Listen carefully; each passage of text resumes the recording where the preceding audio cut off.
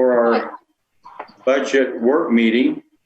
We welcome everyone that is here, and Julie, we welcome you here as well. Thank you. We understand you'll have a part to play. I hope so. It is a budget after all. Anyway, well, Teresa, do you, we just turn it over to you, or maybe to begin with, is there any questions that any of you have before we start with the handout that all of you were given? I don't have any questions. I'm good. So are you talking about questions? Do you guys, sorry, do you guys all have the budget that was sent out to you by Shauna? Yes. Beautiful. That will make things go a little bit more smoother. So that's a good start. Okay. Right. So what my plan is we'll just go down line item. If you have a question, I am a really fast speaker sometimes, so you might just need to tell me, whoa, slow down, and I will try my best. I get nervous, especially being on here. So I talk faster when I'm nervous. So just tell me to slow down if I get going too fast for you. And then if you do have any questions about what goes into a budget number, feel free to ask, and we'll just go from there. So we're going to start out with on the general fund and then taxes, and we're going to start at Fund 1031-1000. And that's property taxes. For the most part, property taxes are already in for the year, so it was kind of easy to see what our yearly number is sitting at. I'm looking at budgeting $227,250. It's just a little bit more than what we budgeted last year, but as of current right now, we have $226,291. So our next one is sales and use tax, 1031-3000. That one's a little bit more difficult this year just based on what's happening with COVID-19. And so I was going to actually turn it over to Julie to kind of talk about what we expect from sales tax to happen in the next few months and into the next budget year. So Julie, if you want to kind of go over sales tax, that would be great. For sure. Did everybody get a copy of that Excel worksheet? The one? No? No, I don't think so. I'll just explain kind of in a nutshell then. We were discussing this with regard to many cities and thought, what is the impact going to be on sales tax? As you know, as you may or may not know, there's a 2-month lag in sales taxes.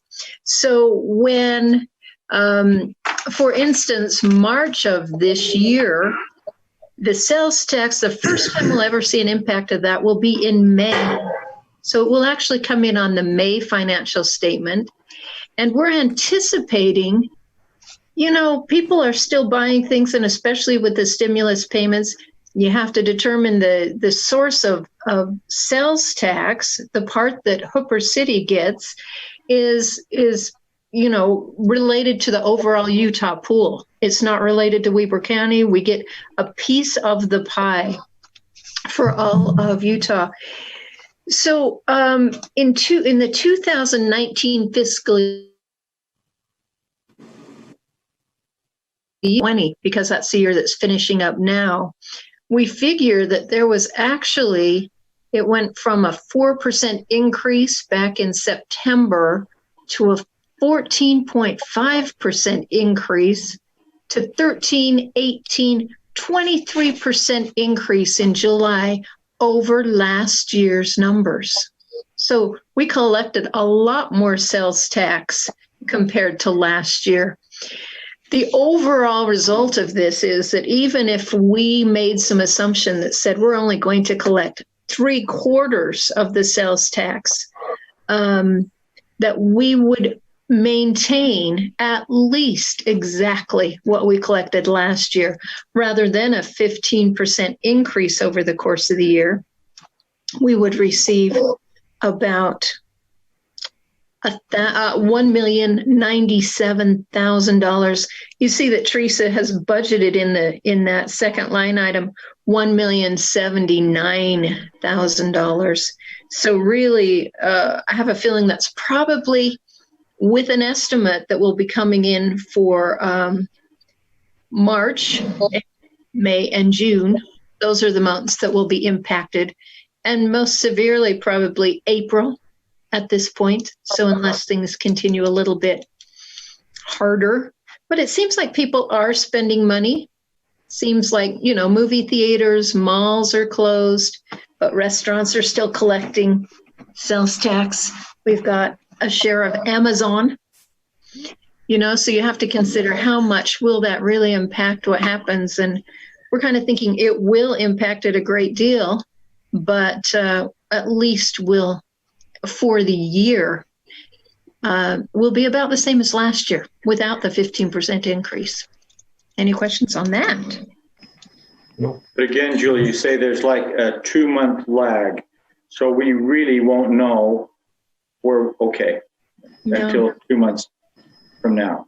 Yeah, so the first time we'll see something that happens probably will be in June, because then you'll see April sales tax come. I mean, you could see some in May when the sales tax comes collectible from March, but really it was just that tail end of March, 1 week in March. So a little bit in May, but we'll know exactly the impact in April when it comes in June.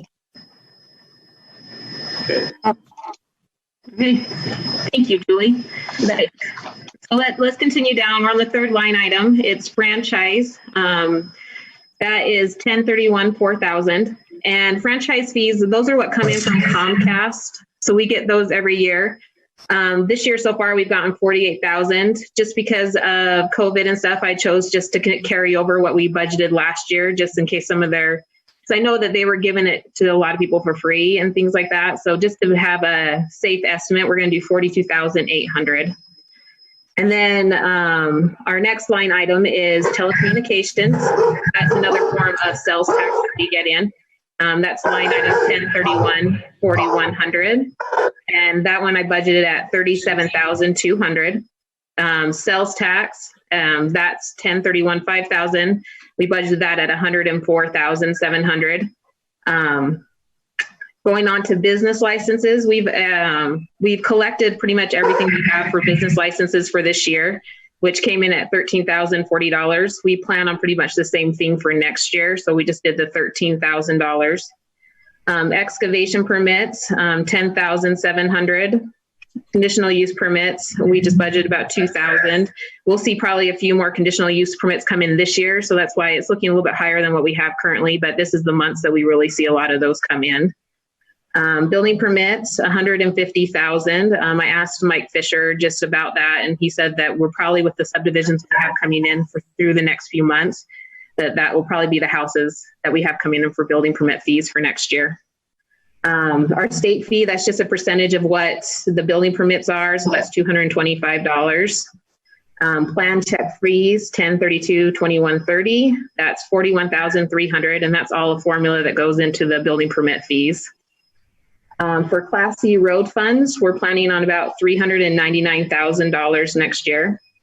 Liquor funds, we're planning on $4,700. So now charges for services. Zoning and subdivision fees, we're planning on about 85,000. Cemetery lot fees, 30,000. Cemetery services, 35,000.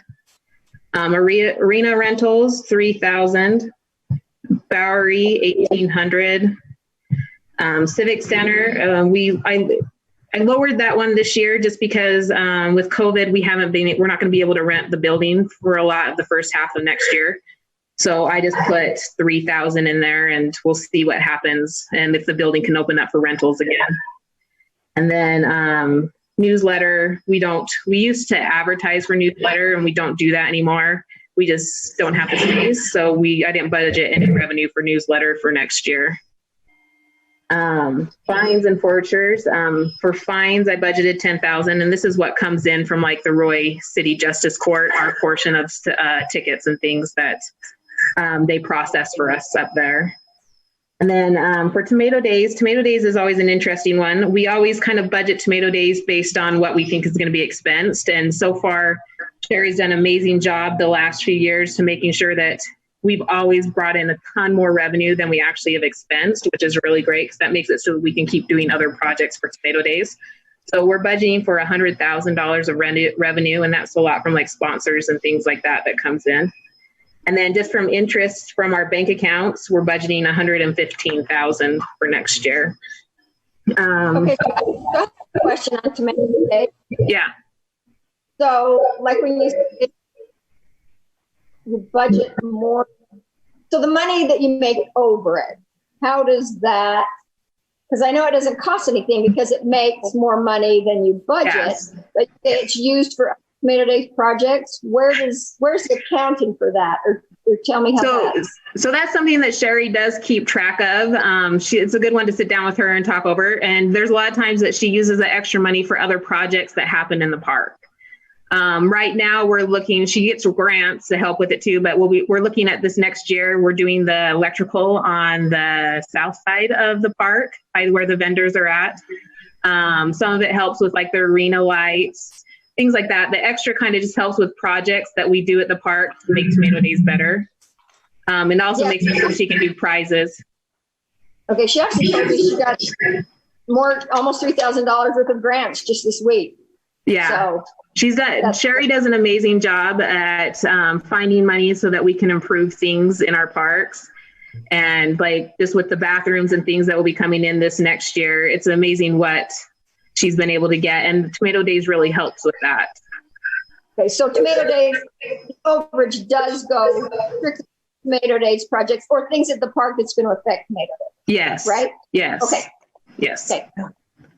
Okay. So then, so down on line item 1036-8000, which is other, that's just kind of miscellaneous expenses. We never really spend a lot there, so I lowered that down to $1,500 for this next coming year.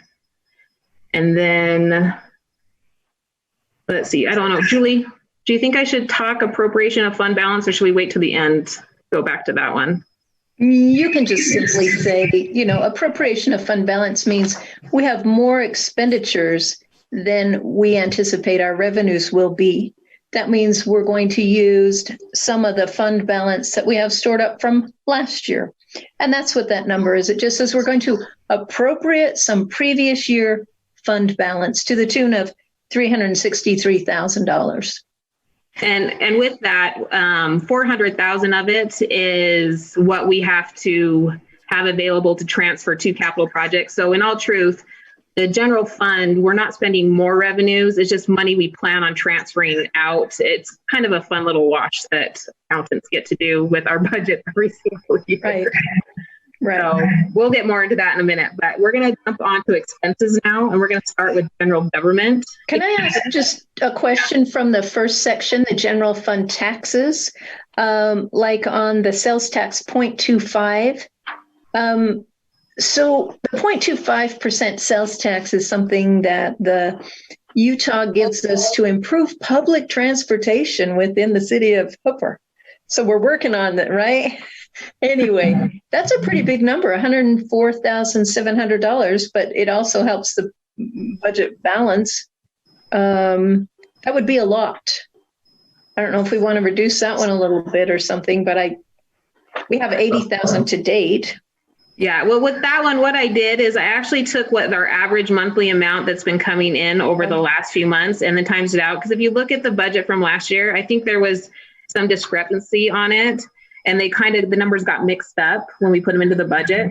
So if you add telecommunications and sales tax 0.25 together from the current budget, it was $139,000. And if you add from the future budget with those two numbers, it's $141,000. So they're pretty much the exact same. They just got proportioned correctly to the right account. So. Well, that may be a little high, but if it's a blend already that works, then I'm happy to leave it in. Okay. Is there any other questions on revenues before I jump into expenses? No. Okay. Okay, so we're going to start with general government. So a lot of as we go through, if you have any questions, just let me know and kind of stop me. But so we first have our council payroll, I guess. That's 1041, 1100. So we budget 9,000 for next year. Council trainings, 7,200. This is like the different trainings you guys need to go to. Executive is the mayor, that's 9,000. Auditor is 3,500. Accounting is 10,000. Recorder is 450. This is the recorder fees that we pay at the county to record different changes that we have to do. Attorney, 10,000. For donations, we have 4,250. 3,000 of that is to the YCC. And then 1,250 of it is for the Fremont Community Cone that does a lot of projects for all the cities that participate in Fremont High School. We have our inspection infra fee, it's 5,000.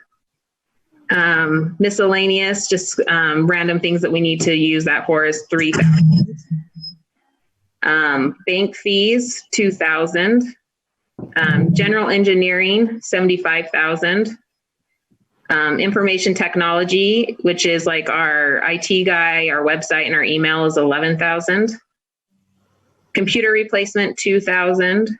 Memberships, 5,000. Maintenance for the city building and for like landscaping, things like that is 6,000. Utilities is 7,200. Newsletter is 2,500, and we send those out for a year. Newspaper is for like posting public notices, 2,500. Elections is 10,000. That's probably high for this year, but we didn't want to change it in case that something came up that we had to have on the ballot. So we wanted to make sure that was there. Training for office staff is 5,900. The spring fall cleanup is 10,000. And we do have our scheduled for our spring cleanup in May this year, that some of that budget for this year will be going towards. Postage, 3,000. School crossing guards is 28,900. Signage is 1,000. That's for like posting public notice. Small equipment, 4,900. Supplies, 5,000. Liability insurance, 20,000. Life insurance, 90. Salary and wages is 99,300. FICA, 8,750. Retirement is 16,600. Health insurance is 1,175. Workers' compensation is 2,340. Planning commission is 6,000. Planning commission training, 3,000. And then computer programs is 9,100. Teresa? Yeah. Do you have does this include a wage increase, 2-3%? So it is. We based all of it on a 3% wage increase for this year. Okay. And so you'll see that across the board in general, parks, highway, and sewer. Great, thanks. Mm-hmm. Are there any other questions on the general fund expenses? Teresa, what's the date on the cleanup? May 16th. Thank you. Yep, and it will go from 9 a.m. to noon, and there'll be dumpsters at the city building and then at the HOOPER Park.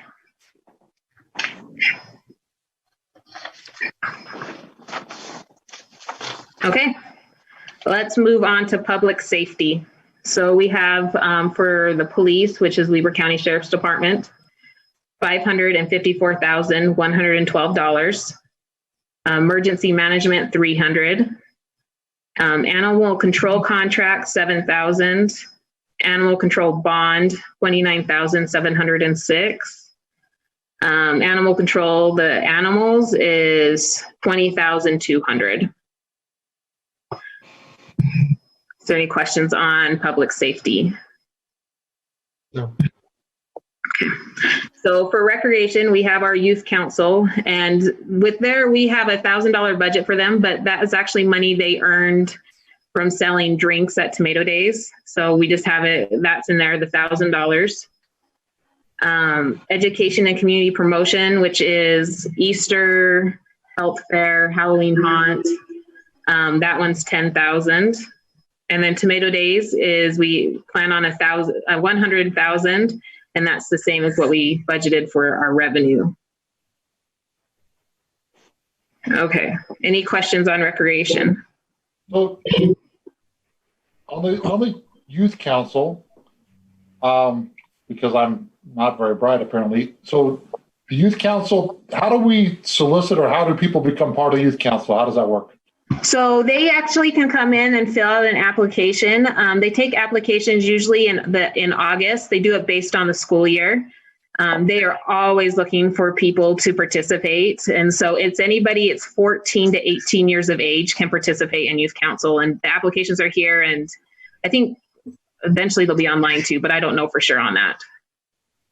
So should we, I mean, as a council, I guess, I don't know if this is the time to discuss this, but I feel like we should invest more in our youth than making them fund their own program. Like if we're gonna have a program, we could bring in and pay for some different trainings or different things that might be helpful for them. I don't know. So last summer, our youth council actually went down to, I think it was Snow College, and they did a 3-day leadership training there. And then they also this year have gone to the state capitol and they participated in a legislative meeting there just a couple months ago. So our youth council is actually very active in getting out. They actually did a lot for Easter too. It's been great to have them involved, and we always would just love more participation. Do they have plenty of funds then to function, so we shouldn't worry about that, or Yeah. would more funds be beneficial? As of right now, the funds they've had have covered everything, and then we just make sure the cities purchase their shirts, things like that. So not everything has come directly out of their funds that they fundraise. A lot of it's come from the city help too. We love the youth council, and we would not be able to survive without them. So we're always really grateful for the help they give us. Awesome. Okay, are we ready to move on to highways?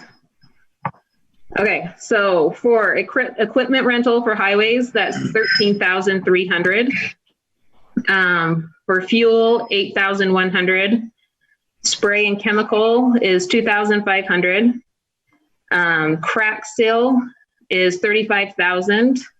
Surface maintenance is $115,000.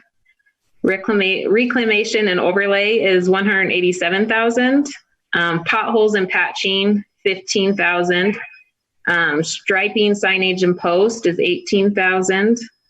Snow removal, salt, blades, $20,000. Sweeping is $2,000. Streetlight maintenance is $40,000. For engineering, we have $10,000. For shop, which is just general tools, supplies, and stuff, is $7,000. Training is $2,000. Storm drain maintenance, $7,000. Storm drain pumps, $700. School crossings, $500. General maintenance, $13,000. I get off one line. Sorry, I think I'm off one line. I apologize. General maintenance was $3,000. Vehicles and equipment maintenance was $13,000. I was like, that is a lot for general maintenance. I lost it somewhere. Okay, for roadside mowing, $1,500. Road dump fees, $4,500. Life insurance, $119. Salary and wages is $131,900. FICA is $10,200. Retirement is $24,200. Health insurance is $20,400. Workers' compensation is $6,100. And then public works equipment is $20,000. Is there any questions on highway expenses? I just have a question on the equipment. Why did that go? Which one? Number 101, 1010. The general. Oh, the equipment rental.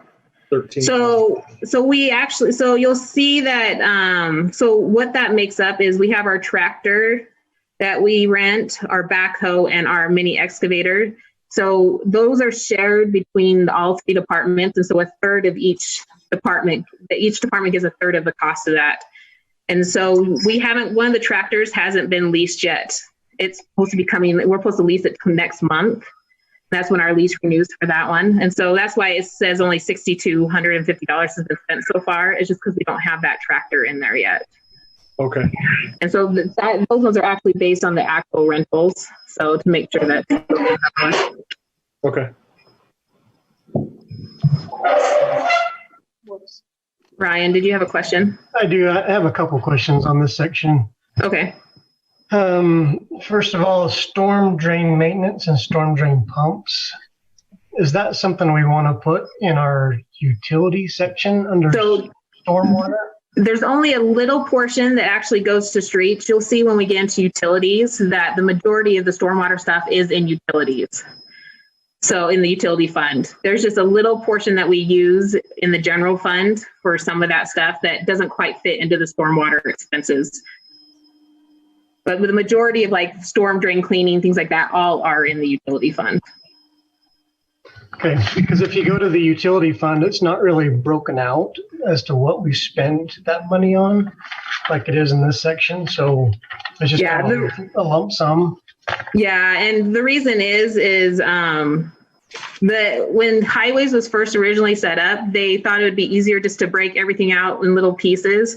And we're finding that though that section, anything that has like the roads, the dash roads on it, on the general ledger, they're so interchangeable that it really would have been better if we had just kept it as one lump. And that's the reason stormwater isn't broken out like that, because we found the fewer accounts makes it actually easier to make sure things are coded and budgeted correctly. But if any time you want to see a breakout, I'm more than happy to put that off for you and get that for you. Okay, thank you. Well, and I think another reason too, pardon me, but is that the utility fund was originally set up as the sewer fund. So it was set up only for the sewer. So the fact that you see anything for stormwater, that's relatively new, that we've only done in the last couple of years, to put stormwater expenditures in the sewer fund at all. Right. Does that make sense? Because they've got, you really have sewer expenditures there in Fund 20, and the expenditures are all in 2046 1000. So that's kind of why you don't see as much. You've got a stormwater expense here. And what would be the difference in that, Teresa? Because you've got a stormwater expense there at 2044 1000. Right. Versus the ones that are in the highway fund. So it's just a little bit of what Jared uses it for. To be honest, you don't see a lot that gets hit. We hit most of it over on the utility fund. Probably the difference is roads versus. Yeah, and that's really where it sits. It's just some of it's more into roads, and we can't, because stormwater money is a kind of a restricted fund by the state. And so we only can do so much in there that there's a couple things that we just need to have that side bit that, so we can stay compliant with state law and everything. Okay. I interrupted Ryan. I think he had some other questions. Oh, you're fine. Thank you. That's clarification of the question I had. Thank you. Two more questions on that section. Health insurance, public works. Why did that go up 10 times? So the health insurance for public works is because, so we have 2 employees right now that are currently coded to streets. That's Jared and Bryce. And they actually don't use our health insurance. They have it through their spouse. And we have budgeted for another public works person to come in to hopefully give us another employee. But I don't know if they're going to have health insurance. And usually when we hire a full-time person, especially a male, they do need health insurance coverage. And so I had to budget in case we had that new employee need health insurance. Okay. And then, so Teresa, in regards to that, so just working in the private sector, so $20,000. So do we pay 100% of their health insurance then? No, we pay 90% and they pay 10. For the whole family? Yeah, that's a family rate. So if it's a single person, that we wouldn't hit anywhere near that. It's just, I had to kind of guess and budget based on what we could end up with, not what I knew we could have. So what are we hiring for? Because maybe I need a job. Well, if you want, we're hiring for streets labor. So hey, you're always welcome to apply. I can do that. I got this. Just make sure you wear a lot of sunscreen, okay? Got some great benefits. You got more questions, Ryan? Sorry. No, thanks, Chris. I have one more question, and this actually pertains to highways, parks, and sewer section. So I'll just ask the question now. Julie brought up the 3% increase in compensation, salaries and wages. As you thumb through highways, parks, and the sewer section, I mean, we're increasing this way more than 3%. Well, because you got to remember that we actually are putting another employee in both. We have budgeted for sewer for the sewer director, and we have budgeted for highways, and we just hired a new person in parks. And so that's that. You're not seeing a 3% increase there. You're seeing that we're budgeting for an additional employee. What page are you on, Ryan? If you look at 1044-6610, Page 3. Oh, well, okay. page 3, and then on page 4, 1045-6610, Okay. and then on page 7, 2046-6610, the sewer actually went up 53,000 over 2 years ago. That was because Corey increased it to try to get a new sewer director in, and we had an additional employee in there. So we're paying the new sewer director that much more than the old sewer director? No, that's the sewer director and an employee. So why do we need an extra employee from what we had before? Well, so you got to remember that they're split between two departments. And so portion of one department has half of their wages and the other department has the other half. So it's one employee, but they're just split between two departments. So, But it's an additional expense is what Ryan's asking, I think. help us understand why we have one more employee than we did before.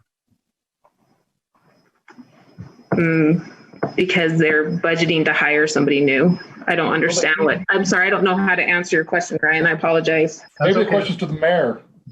Yeah, maybe. Mayor, why do we need an additional person? Do you know why the workload's increased as such that we need to hire another person? When we reviewed this, what we had hired or planning to hire back was just replacements. I don't know that we ever discussed hiring an additional employee over and above the sewer director. Yeah, I think that's a good question, Ryan, that you're posing. If we're adding staff to the city staff, what's the demand or why? Who's accountable for that? Jared then? Well, that would be the department you're asking on, right? One of them, right, Ryan?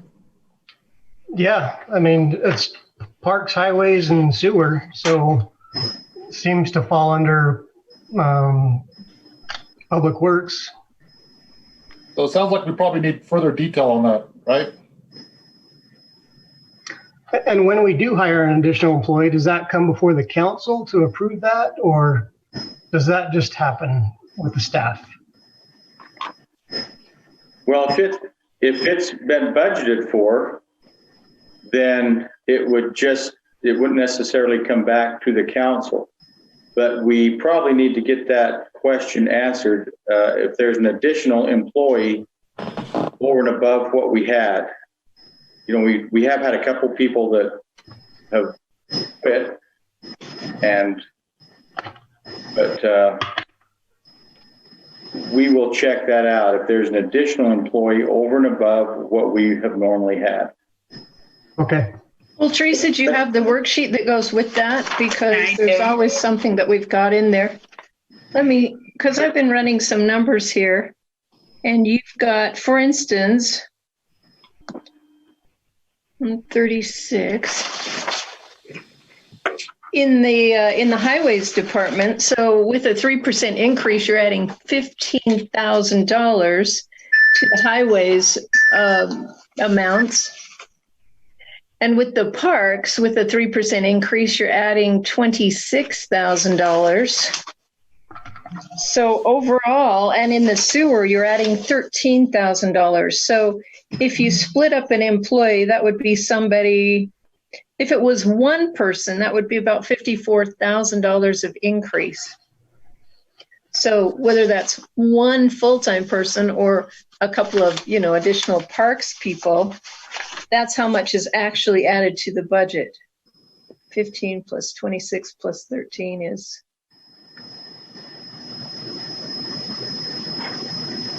$54,000.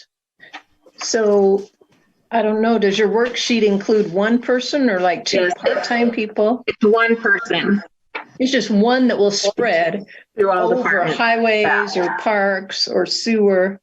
I don't know, Ryan, does that make sense that there would be It does, but one person split everywhere?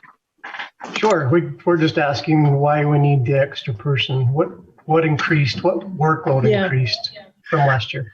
I know one of our biggest thing is every time we get another subdivision that comes on, we have retention ponds, that there's a lot more mowing that has to happen. And so that in itself adds a lot of workload on. That doesn't seem to justify one whole person though. Well, that justifies $26,000. That's what's in there right now.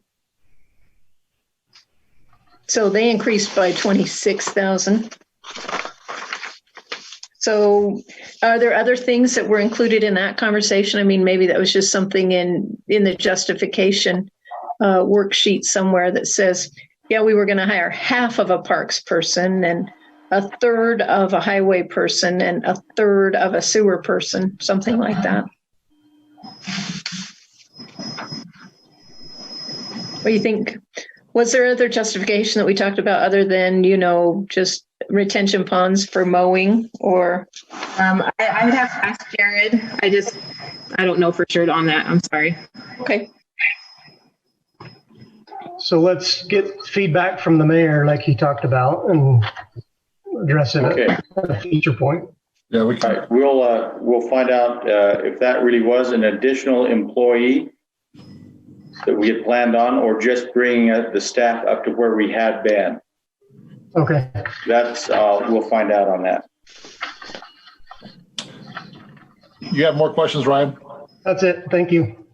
I have a question, Teresa, if I may. So when I look, and I know this is a small little piece, but look at street lights, which is 1044, 1545. Yeah, that one. So this year we budgeted 26. We've overspent by 15 because we keep growing, I'm sure, and it's got crazy. But if we're going to budget this next year with what we did this year and we continue to add subdivisions, are we not going to be under a budget again? Well, this is what I kind of thought on that one is, so this last year and a half is when we brought on Black McDonald to do a lot of our streetlight repairs because we had a lot of problems going on throughout the city. And so there's been a ton of repairs that had to happen in the last year and a half to get everything fixed and working. And what we're seeing is there's been a great number, like our complaint level or our request in for streetlight maintenance has gone down a lot. So I'm thinking with the new addition of subdivisions, and with what they've already done, that we're probably still safe to just budget for what we've already spent this year because a lot of the repairs have been done over the last year and a half. Very nice. Okay. That makes total sense. And we will look at that in the amendment too. You'll have some kind of those considerations when we go back to amend the 2019-2020 budget.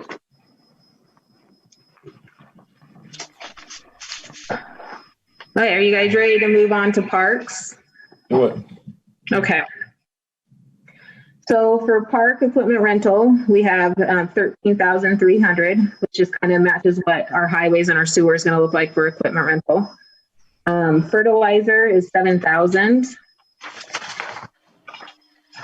Fuel is 7,800. Spray and chemical 3,000. General maintenance, cleaning, mowing is 12,000. Sprinkler parts and repair 5,600. Utilities 10,000. Utilities secondary water is 24,700. Cemetery expense 10,000. West Haven rec fees 1,000. Shop tool supplies and consumables 7,000. Training $750. Vehicles and equipment maintenance 13,000. Veterans Memorial maintenance 700. Arena maintenance 3,000. Park building maintenance 5,000. Cemetery building maintenance 5,000. Trail maintenance 10,000. Park dump fees, $4,500. Life insurance, $177. Salaries and wages, $159,900. Part-time wages, $54,500. FICA, $16,500. Retirement, $28,600. Health insurance, $21,450. Workers' compensation, $4,575. Unemployment costs, $2,000, and parks equipment, $30,000. And that's what our parks is. Anybody have any questions on parks? Just on trail, how come that went up? So yeah, and the reason trail maintenance went up is, so for the past decade, the trails have actually been pretty new, but now we're reaching the point where they are starting to be maintained. Yeah, if you remember Hooper Landings, we did have a problem that there was huge cracks in the Hooper Landings trail. Jared was actually able to find a company that puts a different kind of fix on the cracks. And so it's not like just being filled with the tar that a lot of like road sills been done with, crack sill. It actually fixes it so they don't crater in again as much.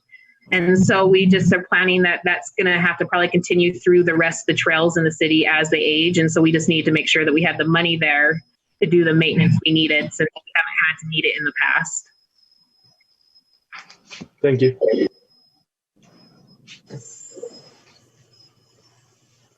Okay, are you guys ready to move on to community development inspections? Yeah. Okay, so the Hooper Plus software is $2,000. Training, certification, and travel, $6,715. Membership, $1,070. Vehicle maintenance, $6,000. Postage, $300. Contract services, $3,000. Supplies, $3,050. Life insurance, $59. Salaries and wages, $76,950. FICA, $5,890. Retirement, $14,220. Health insurance, $18,650. Workers' compensation, $1,800. Is there any questions on community development inspections?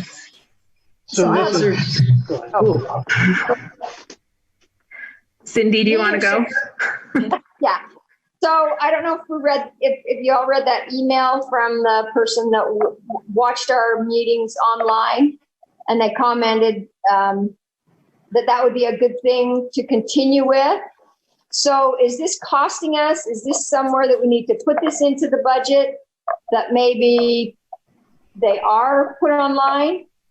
Did anybody else read that comment? Yeah. yeah. So I actually thought that was a good point. They couldn't make it to the meetings, but they enjoyed watching them on YouTube. I actually really like that, Cindy, by the way. It's something that I've talked about in the past. Oh, because I thought it was very relevant. Does this cost us to do this, or where does the money come from? So there is a cost, and right now it's being funneled into the general fund. We're still kind of waiting to see where that's all going to play out in, but as of right now, it's something that's in the general fund. Would it come from this category if we budgeted for it? No. No, it would actually. It would be part of the general part of the. So the first section, general government, it'd be part of our informational technology section. Yeah. Yeah, I believe we budgeted for that first 2 years ago, where they could actually purchase the equipment to do that. So I think that's been in the works, and it's nice to hear it's working as budgeted. So your thought, Cindy, is that we continue to make these meetings available even a few months down the road when we can have people come to the city center. I mean, you'd like to see these meetings, or you have heard someone say they'd like these meetings put online all the time from now on. Right, and I think they should be, because there are people that can't attend them in person, and you don't get the same effect from reading the minutes that you do actually, watching them. So I think it's a good idea. Hey, Julie, did you have something about the community development inspections? You were the one of the three that all talked at the same time, so. Oh, excellent. No, I was just going to point out that we don't have a lot of those actual expenses this year, like the memberships and the vehicle maintenance, because this wasn't a position in last year's budget. Yeah. So this was where we went on a full-time budget position for inspections. So that's why there's nothing there right now. So whose position is this? Mike Fisher's. So, okay. What's his title again? Community Development Inspections. He's the inspector guy. I thought he was doing more than that, but okay. Well, he is. Mike's kind of, he does all. Yeah, that's what I thought. That's why I was confused. He's really starting to coordinate all the development plans, when they're turned in, make sure that we have the packet that's turned in. He makes sure that the letters from irrigation company, HOOPER water, all those things are completed. And he communicates back to the developers if there's anything that's missing. So that coordination is a big help, not only just with HOOPER City, but with the other entities that we deal with too. Well, I think part of your decision, Mayor, when you hired him, if I recall, was thinking about getting a city planner on board. We don't really have a city planner position per se, but we were hoping somebody could kind of do both those roles a little bit. So. Okay. I have a question. In the vehicle maintenance part of that, I know we talked about Mike's vehicle, his truck. If we're going to spend $6,000 in maintaining that truck, we probably ought to look at spending more extra and replacing that truck. Yeah. That was originally in the budget, but we are kind of just holding off and seeing where the numbers come in on revenues, and that's something that we can adjust next year if we decide we need to really buy a new truck, and we can amend the budget if we need to do that. But it was kind of just a placement and a hope that as we move forward, we can see where our revenues are coming in for the city. We also talked about using that truck as a VIPS vehicle. If and when we ever replaced it. So, another thought to add to that.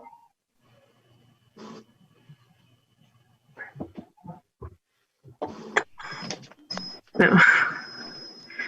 Okay. We support it. We really do. We just got to make sure the money's there. Okay. You're saying a bullet hole or two in that truck wouldn't make any difference anyway, right? Not a bit. You put a magnet on the side of the truck and it covers everything up, so you're good. Okay. Right. Stickers. Okay. And so finally, you guys will see on page 5 where we have the transfer out general fund. So every year we budget about $400,000 for that, and I was just going to have Julie kind of go over why we do that. Well, and I'm going to mention that every year HOOPER really does have revenues that exceed the allowed amount of fund balance. So you are not looking at one right now, but I just looked at the March financial statement, and it says that in the past, the fund balance that's maintained in the general fund is about $500,000 in the general fund. So year to date, as of March 31st, in those statements, we also have $500,000 of earned revenues in the general fund. So there's a state law that says we can only keep in the general fund 25% of total current year revenues. So our total current year revenues at this point are roughly $2 million, which means we could keep $500,000 of fund balance in the fund balance or in the general fund.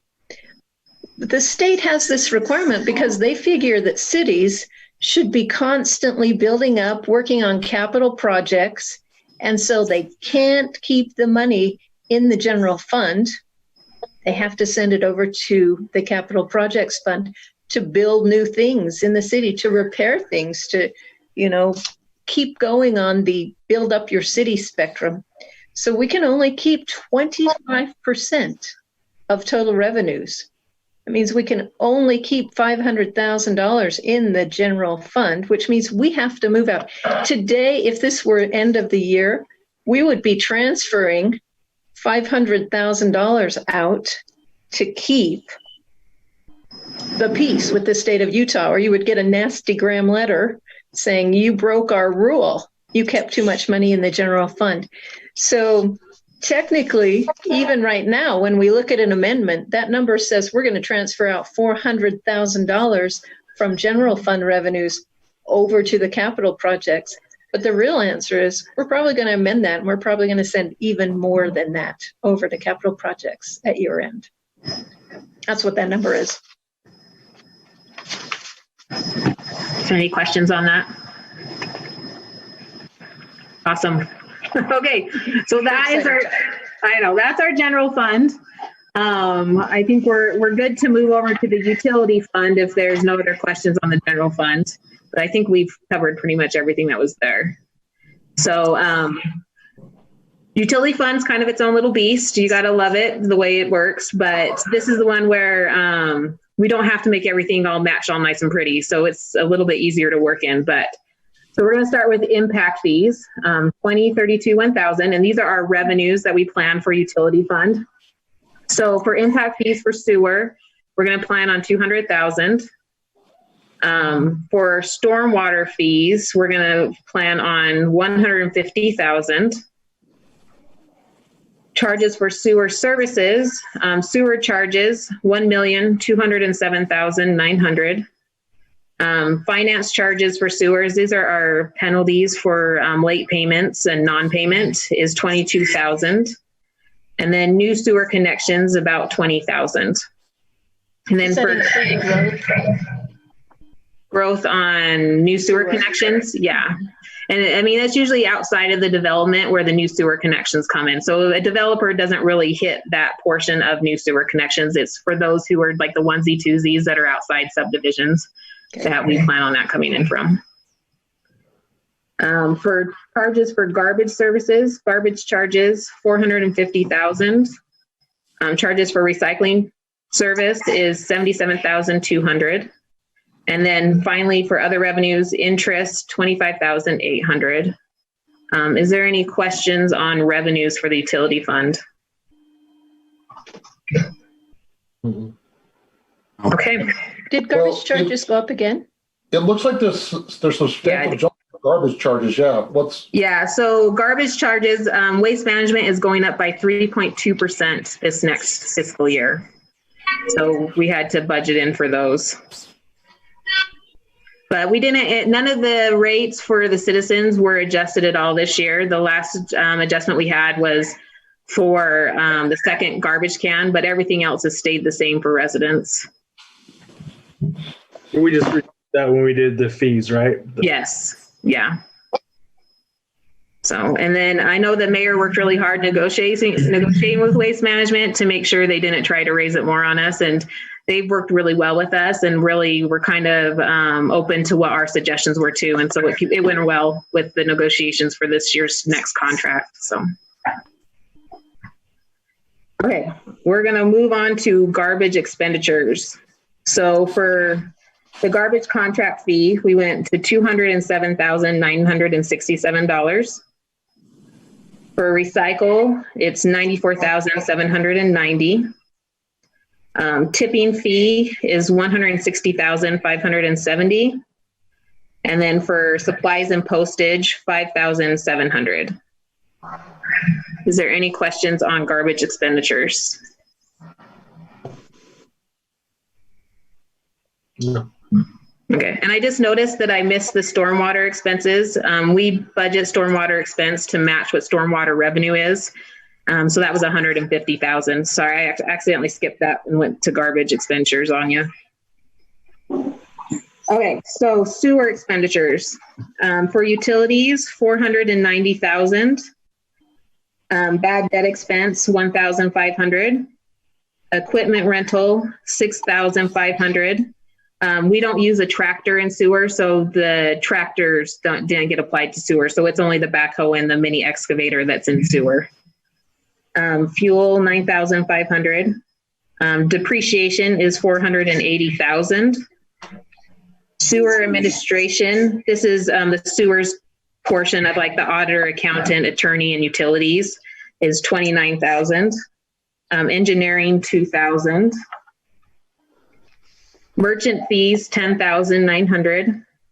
Information technology, 1,000. New service connections, 9,900. Shop, which is tools, supplies, and consumables, is 3,200. Training and certification and travel, 2,000. Software support is 2,500. Sewer general maintenance, 1,800. Vacuum system maintenance, 35,000. Vacuum station maintenance, 70,000. Gravity system maintenance, 10,000. Gravity lift station maintenance, 25,000. Blue stakes is 2,000. Vehicles and equipment maintenance, 20,000. Sewer equipment, 10,000. Supplies and postage, 1,500. Liability insurance, 20,000. Generator fuel, 2,500. Life insurance, $180. Salary and wages, $193,710. FICA, $14,820. Retirement is $30,720. Health insurance is $25,550. And then workers' compensation is $7,030. Is there any questions about the sewer budget? We're spending a lot more money on maintenance, looks like, this coming year. Vacuum system, vacuum station, gravity system, gravity lift station. Is that needed? Yeah, mostly it's because our sewer system is now about 10 years old. And it's getting to the point where we are having to replace things and maintenance it more and things like that and keep things up to date. Well, and you're not looking at it as well, but if you ever get a financial statement in your hands, like the March one, we do have a reservation of fund balance in the sewer fund that is specifically for the aging sewer lines, and it's called Reserved for Replacement Reservation, and it's at $609,000 right now. So that was interesting to know that you do have funds specifically reserved for just that. And when we go into the audit, a lot of the things you'll see in expenses kind of gets moved around to use the restricted funds and things like that. You just don't always see it like right on the paper during the fiscal year. So back on the stormwater expenses, year to date, we've only spent $30,000 out of the 150. Well, I asked Jared about that, and he says there's some expenses that are coming in as part of the 4,600 and things like that. So we will be seeing more in the next few months. It's just not in there yet. Okay. I guess I bring that up because my fear was that we create this other line item on the utility bill and then we never use it, or we supplement garbage and sewer with stormwater. Yeah, no, it is getting used. It's just, it hasn't come into this in right now, but it's coming. Okay.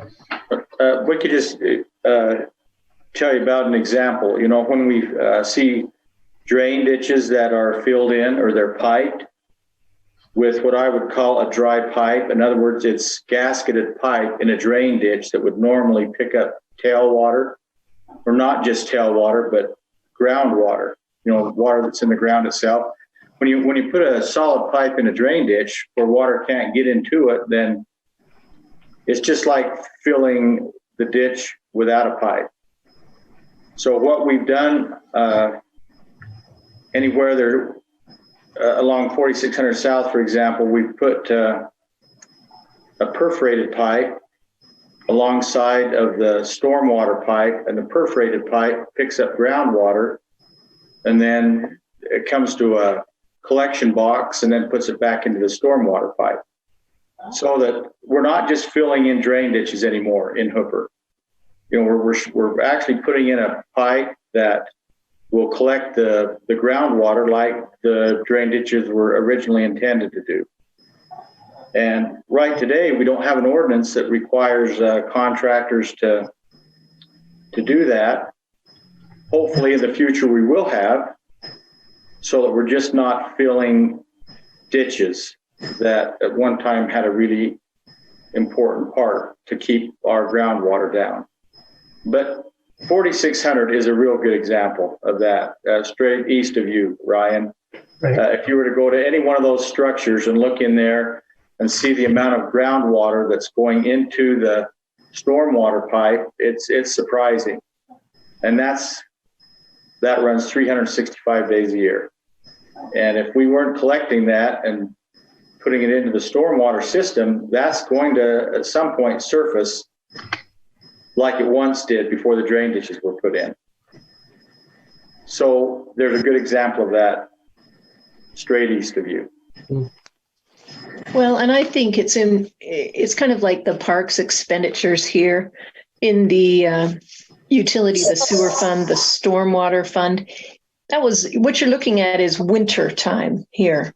So in the months of April, May, June, we still have 3 months that are the warm weather months where they actually will be working on stormwater projects. So it's been cold up to this point. Yeah. Kind of. I like the idea, Mayor, of making an ordinance to require contractors to install that in the future. To be continued. Sure, I think so too.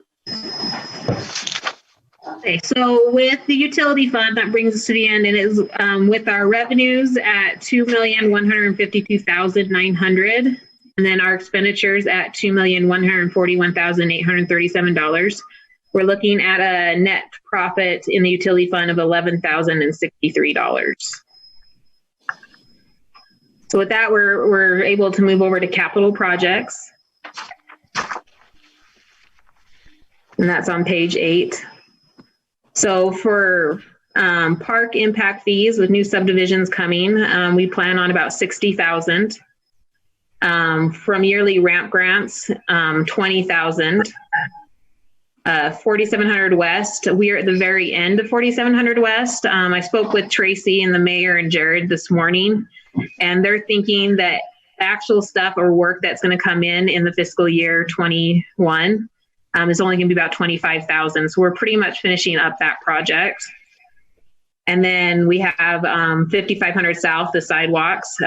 We're thinking that by next year, we'll only have about $50,000 worth of work left on that project also. And then interest is $28,000. Is there any questions on the revenues of capital projects? And revenues and capital projects are usually like pledge tolls from like the state or the county that they're reimbursing us for work that's been done. And so that's kind of what we're thinking that's going to come in after the year rolls.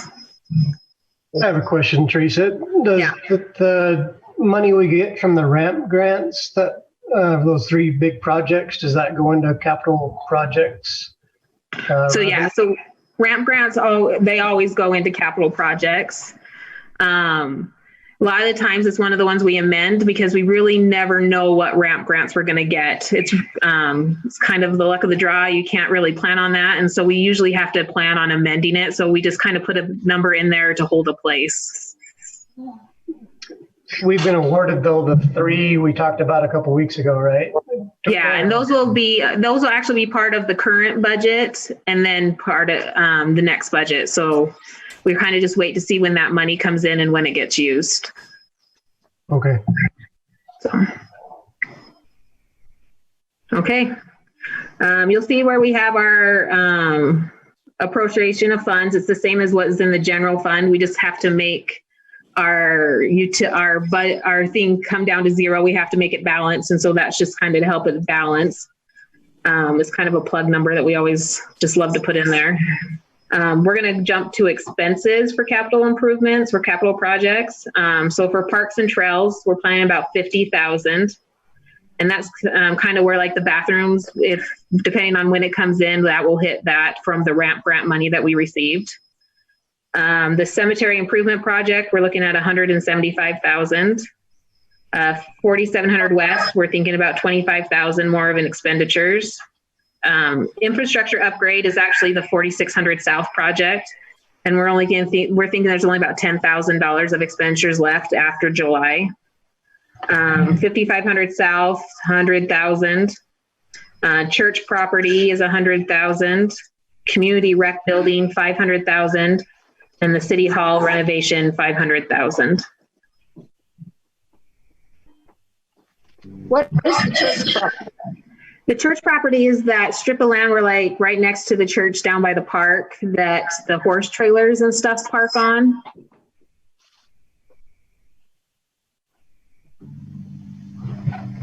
So those I don't know if it had been talked about before, but the city actually owns the piece of ground that is on 5,500, the church that's on 5,500 South. There's a piece of property that's on the west side of that. East Chapel, yeah. The East Chapel. So yeah. What we would like to do, and hopefully can do now that we actually have that property deeded to Hooper City, is to approach the church on kind of a land swap, so that we could acquire that ground down by the park. My understanding is, Mayor, I thought that we have approached them and they said no. right. But I think there was a time when we didn't actually have it deeded to Hooper City. You know, the county's the one that actually had the ground in their name, so to speak. But since that time, it's actually been deeded to Hooper City. So I think we've got a little stronger negotiating chip now, maybe than what we had prior to that. Good. So those last three line items, the church property, community rec building, and city hall renovation, we had those exact same things on last year's budget.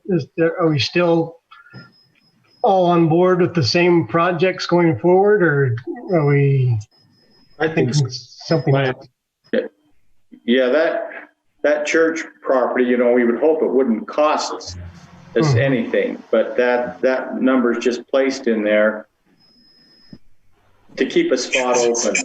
Yeah, it's like a savings account. Think of it like a savings account. Like a savings account. Slowly working our way up to it. Right. Well, and I'm looking again at the financial statement at Fund 30, the Capital Projects Fund balance. So at March 31st, there's $766,000 worth of capital projects money that could be used. And if you say we move $400,000, as we talked before, into the Capital Projects Fund for capital projects, we would have $1.16 million of fund balance before you start fiscal year 2021. So you'd have almost $2 million of capital projects funds from the past that you can use. And then you're planning on using, if you did everything on this list and it happened just the way we budgeted, that means you would spend $877,000 of that $1.2 million. So you'd roughly have $400,000 left in the capital projects fund. So what about the other ramp grant projects, like the arena lights, the park? Do they need to be in there also? Well, the arena lights are happening right now, so they're actually part of the current budget. So they'll hit most of the current budget right now. And the park pavilion and the bathrooms are only 50,000. No, they were more than that. That's just when we actually move that money into there's more money. I can't remember just what each ramp grant equals, but it's more than 50,000. Let me see if I got that. I'm just throwing that out because I think we got to have it accurate by the time we vote on it. Yeah. Teresa, is that included in the current year $25,000 budget, the arena lights? Yeah, that's part of the current year, not this fiscal, not the fiscal year 2021. Okay. Ryan, are there other projects you're worried about that aren't in the $50,000, or you think that's not enough? No, just the two that we got ramp grants for, the pavilion and the restrooms that we got money for this year from Sherry. Because I'm sure they'll roll over into next fiscal year. Great. We do make reservations for those, by the way. So those get reserved right now. We have a reservation for ramp grants of $18,000 from past ramp grants, but we'll use that up in the year-end audit against the arena lights, things like that. We'll still use budget, it will still be part of our budget. We'll just use ramp grant money that we have reserved for it. Okay. Ramp grants aren't in the budget, or they are in the budget? Where are they? Well, they're up there on page 8 under ramp grants yearly, 30, 32, 1,400. Is that right, Teresa? Mm-hmm. Okay. Yes. But that's not accounting for all that we have in ramp grants. Yeah, because it seemed like there was more. Yeah. The number was pretty good on that, right? Pretty high. Yeah, it's Were they Yeah, received in April? Yes. Well, we're still receiving them. That's our biggest problem is I've only had like one come in so far. So it's just kind of a timeline basis of when we're actually going to see them. Okay. Yeah. It's all based on county when they send them out and stuff. And we had some that came really quick. And then even last year, we had one that didn't even come for 6 months after it was awarded to us. It's really just waiting to see when it's going to come in. So it kind of falls under like amending because we're just kind of waiting and seeing. Okay. That makes sense. okay. So I finally found the paper. I could give you the actual amounts. Like for the Bowery, it was 35,300. The restroom, it was 133,183. For the arena lights was 42,440. And the entertainment for Hooper Tomato Days for Gentry was 10,000. So those have been approved today, and I believe there's 3 other smaller ones. I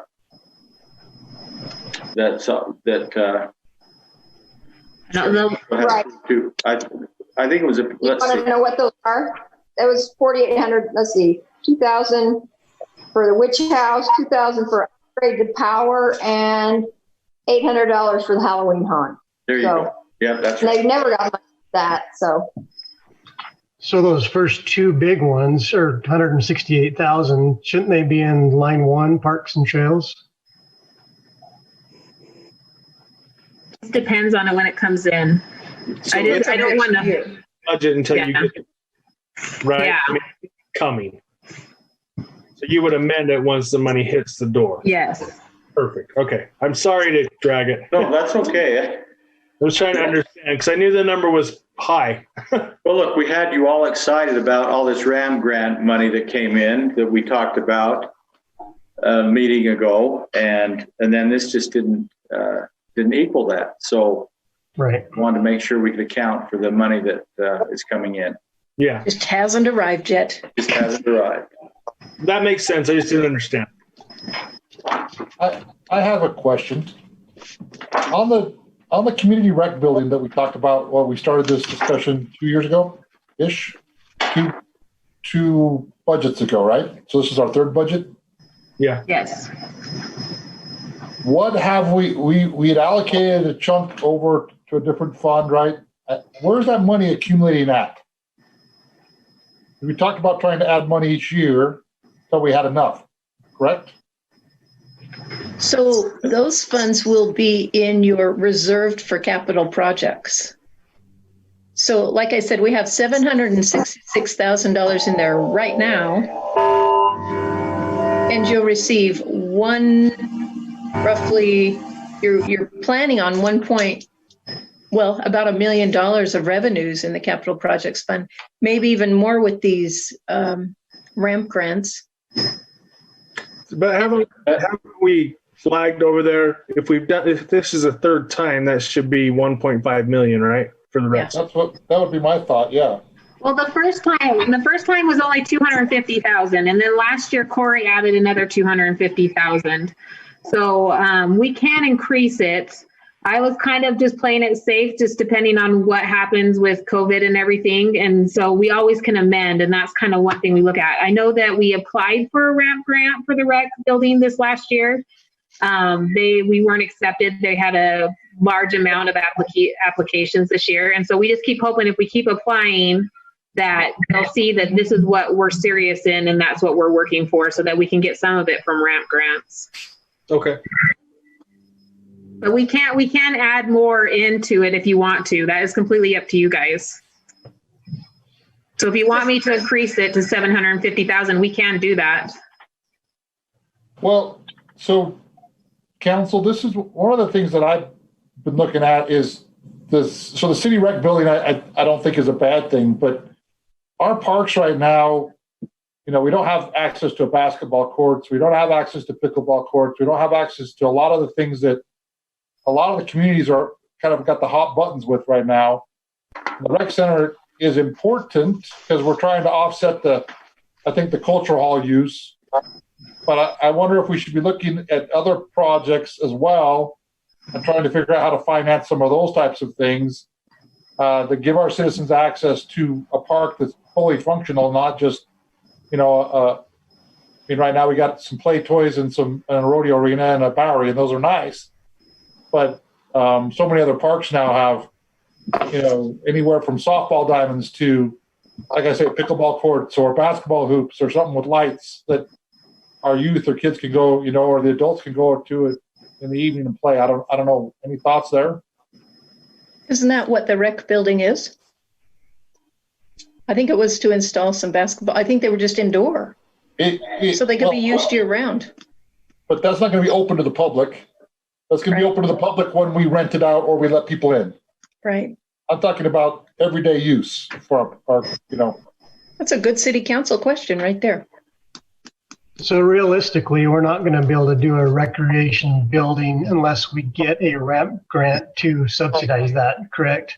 So I know that we're applying for that every year, but until we get that huge bump in money, that building's not really going to happen with our own funds. So, I mean, I kind of agree with Chris. You know, what about some pickleball courts, tennis courts, stuff like that? Variety. I don't know. Just a thought. Well, it's a good thought. I think that's. I've had more than one person tell me, you know, how are we taking care of our young people? You know, and I think it's a great idea to improve our parks. Do we allocate some of the money that we have put aside for the community center to upgrades in parks? If you wanted, instead of increasing, we could make that a new budget line. Well, I think that's a good idea. I mean, do we have the extra money to put 250,000 into that? Mm-hmm. Is it there? Yeah. You have to look at how much you actually want to spend. So with all of the items here that are in this budget, you're going to use up 877,000. So that number on page 8 that's called appropriation of fund balance, that means that with the current expected revenues, you will use up $877,000 to build all of these things in the capital improvements section on basically a $1.2 million capital projects fund reservation. So you would have roughly $300,000 left in your capital fund balance, plus all of these ramp grants. So you'd probably have about $500,000 of revenues coming in. And it's kind of your decision whether, you know, that's where you want to be. Say, well, what's our long-term capital project plan? What do we want to spend our $1.2 million of fund balance on? Well, I think it would be nice to upgrade the parks. And we've kind of started already to do that with the current ramp grants we have with a restroom and a Bowery and things like that. We're moving that direction. Yeah, But I think it would go to add more. the pickleball courts. Yeah, let's make an additional line item. Okay. I like it. Is there a certain thing you want me to call it? Park upgrades, pickleball, like Park improvements. Park improvements. Community park upgrades. Okay. And we can talk about what those are in detail in the future. You know, where we want to put them, what they want to look like. Yeah, start to kind of put a pencil to it to see what we need to make what happen. Mm-hmm. Okay.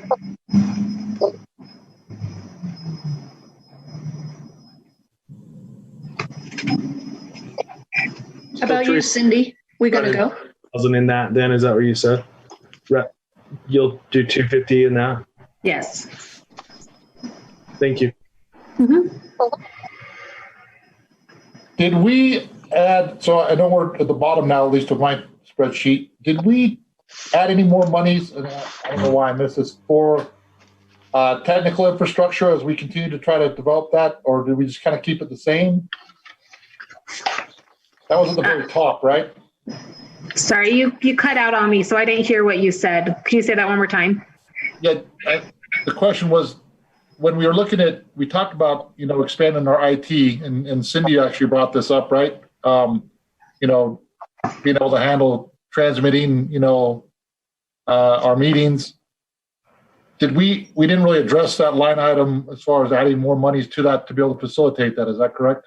So that's 1041.57.75. We can increase it. I would just have to get some numbers on what we're looking at to do all the meetings like that for next year, and I can get a number put in for that if that's what you want to do.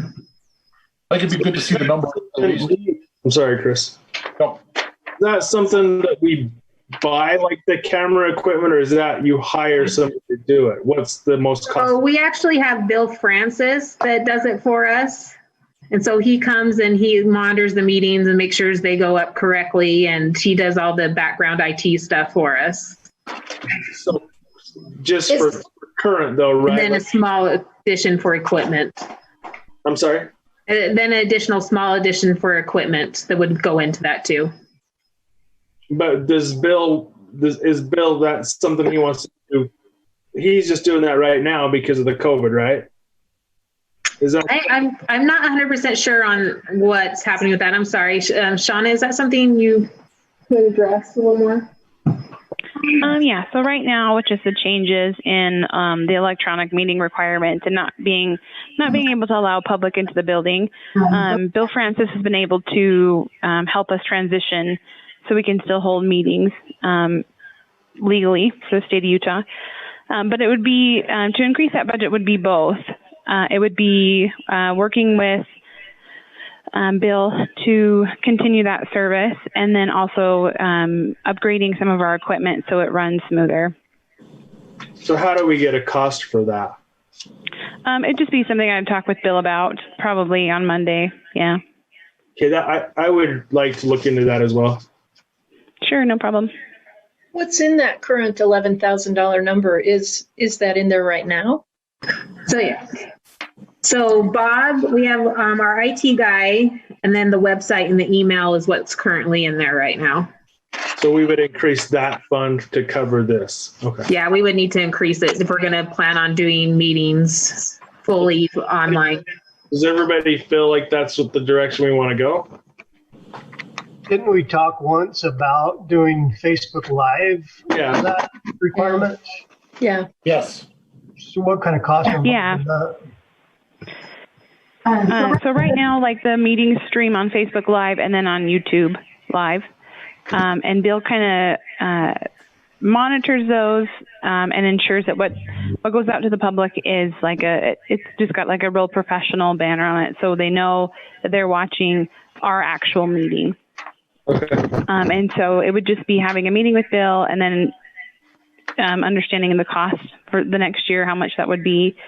And then there would be some equipment that would be needed And that would be to like, if some of the mandates for the COVID restrictions for social distancing and the number of people that are allowed in the building, as those are lifted, it would still be having Bill here and probably like how we did our very first meeting. He would still, everyone would still be in this building, and he would just be streaming that both to Facebook and to YouTube.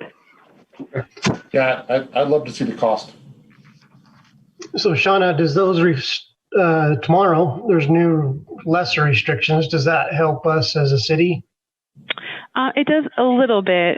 So some of those restrictions that are that Weber Morgan Health Department has released, they still are adamantly saying, look, you need to keep social distance. That's for sure. And then they're encouraging the use of a face mask. But then it's still limited. So it's still 20 people or less. Yeah. So though we could technically have the meeting here, it would be again like our first meeting where it's like we can't lift the restriction on the number of people that come into the building. So if by off chance we had a meeting and there were more than 20 people and we had to turn someone away, then that's not necessarily, a thing in the city should do. So it would be continuing with maybe not like Zoom meeting, but like how we had the first meeting, where we were in the chambers and then it was streamed. Yeah. Until those restrictions are lifted to the capacity that's allowed in our civic center. Is that how we're going to have next week's meeting? We're going to go back to the city building? We don't know yet. I'm so sorry. Okay, no worries. Yeah.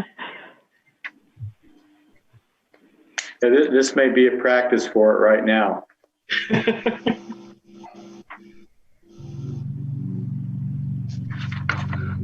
Hey, Teresa, I've got one more question that I forgot to ask on sewer expenditures. Okay.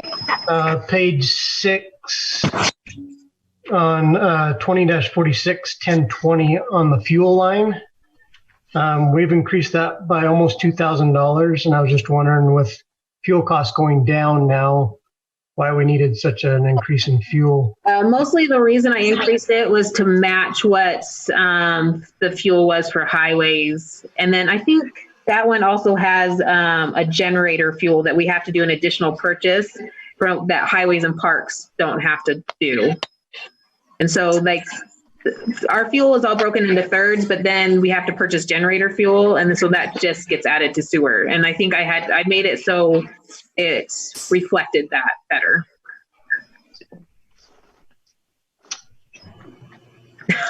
I can take it back down for you, Ryan. I really have no problem, but it was just for that generator fuel that comes in and stuff. Stay down. Just a question. I mean, fuel costs are down, so you'd think our budget would stay the For a same. minute, that may change. Yeah, Right. that's what I think too. I mean, if we don't spend it, we don't spend it. It's all good. Well, that's really what we plan on. Is we really hope to be frugal in what we spend. We just put it in the budget to be safe so that we can minimize the amount of amendments we have to do at the end of the year.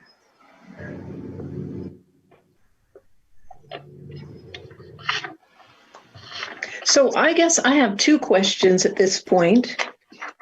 You've been talking about information technology in the general fund, 1041, 5075.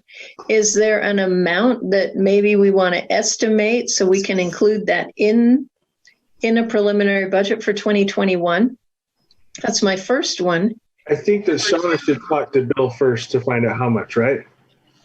Yeah. Yeah. Shauna's going to get us, and I'll have it before we present the budget for public hearing next Thursday. I'll have that number for you guys, and it'll be put in there, and then we can take it back out if we need to, but at least you'll be able to see it in there. Okay. But she'll get that number, and we'll make sure it's in there before the council meeting next week. Okay. I didn't mean to cut you off, Julie.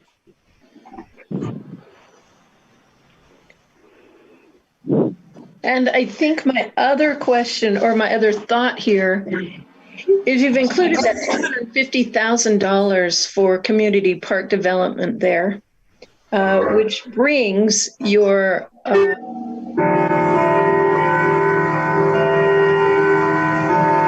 there's an hour being told.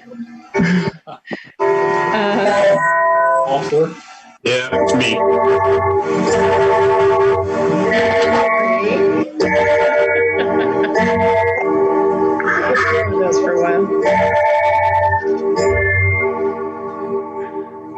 Fancy. So you've got your appropriation of fund balance now in the capital projects fund at $1.1 million. So that basically uses up your capital projects fund balance at the end of 2021. I'm just a little reluctant to use everything that's in there, and I wonder if you want to reduce maybe something else that's in there. You've been talking about the community rec building.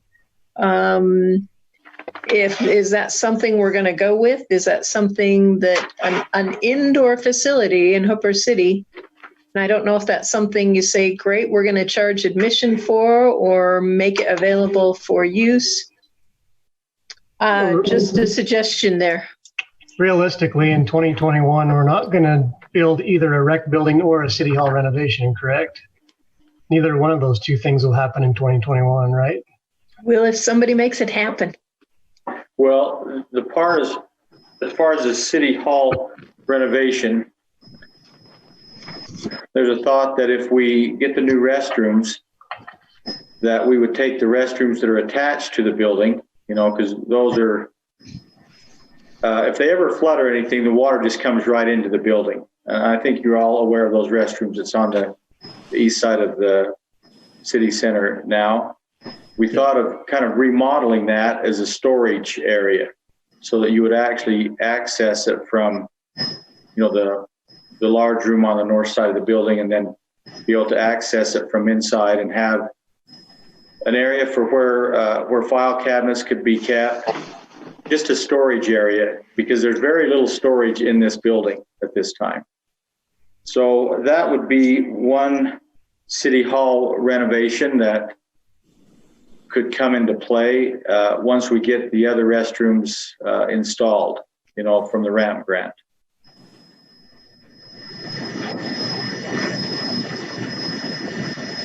So should we reduce the community rec building then? Is that what you're saying?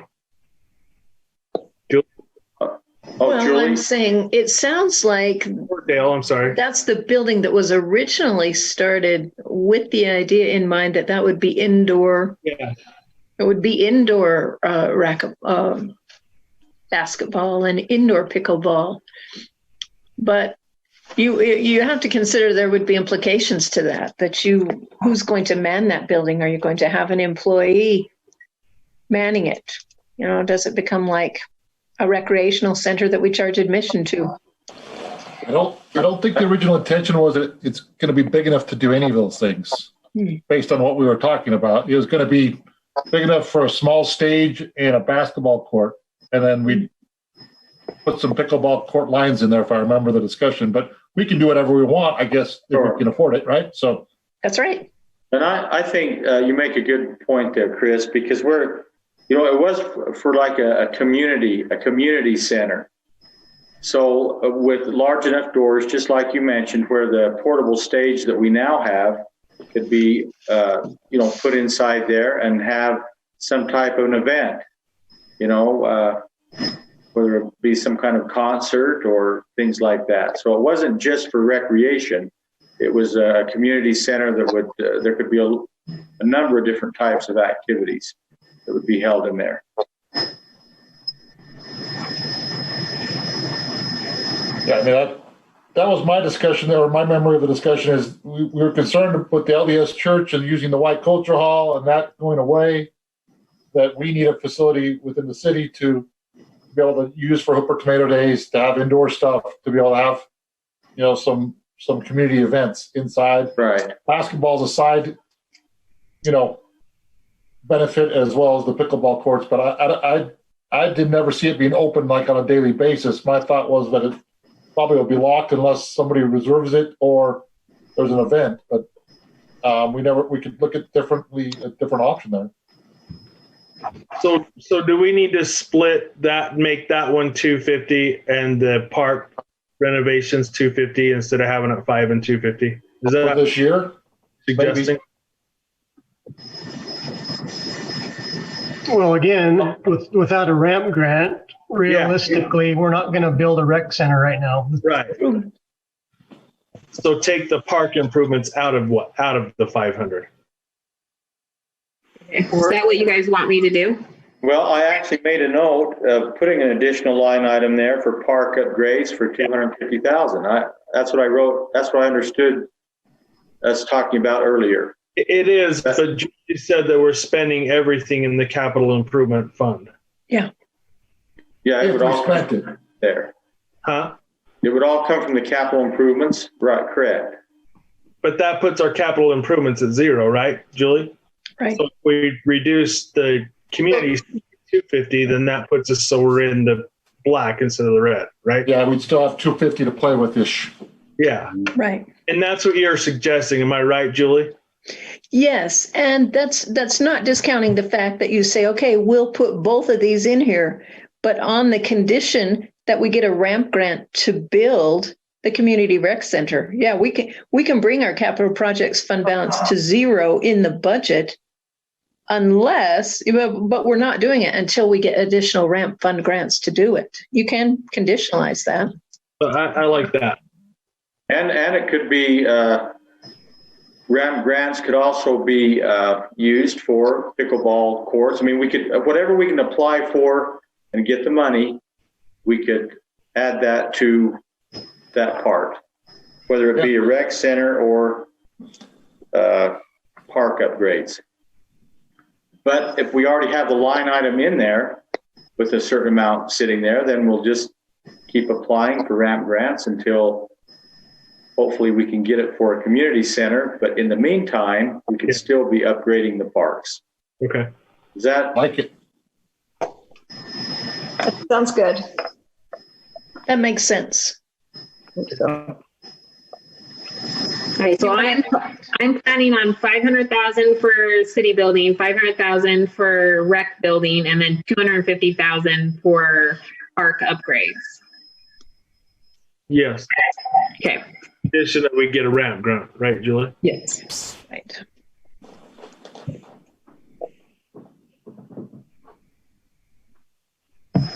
And then apply for other ramp grants is what I heard the mayor say. Yes. Is that, if we can get some help, making like a pickleball courts, let's do it. Yeah. Okay. Is there anything else about the budget and you guys want to discuss, or I can just make sure that you guys have everything before council meeting next week? That works for me. I'm good. Yeah, appreciate your work, Teresa. All Yeah, your work. thanks. Julie. Great Teresa, job. Mayor. Yeah.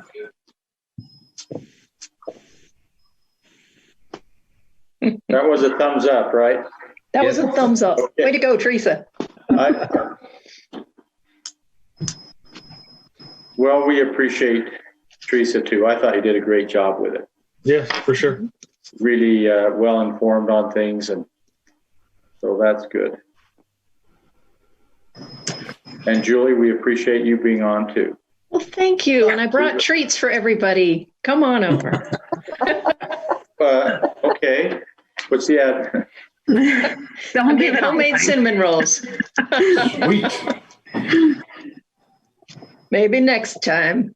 Well, if there's nothing else and everybody thinks that we have reviewed that budget as much as you would like to, I think you did a real thorough job of that. So I think we're on track with some good things in Hooper City. Any closing comments? And Shauna, I don't know, did anyone actually email in any comments that they would want to ask, or? No, not at this time. So the only comment that we got was the one that I had forwarded to you earlier yesterday from, I don't have it in front of me. It was a gentleman that was just stating that he enjoyed the live feeds and would like us to continue. Okay. Yeah. All right. Well, very good. Well, if there's nothing else, then we'll adjourn this meeting. Awesome. Okay, thanks, guys. Okay, thank you. Thanks a lot.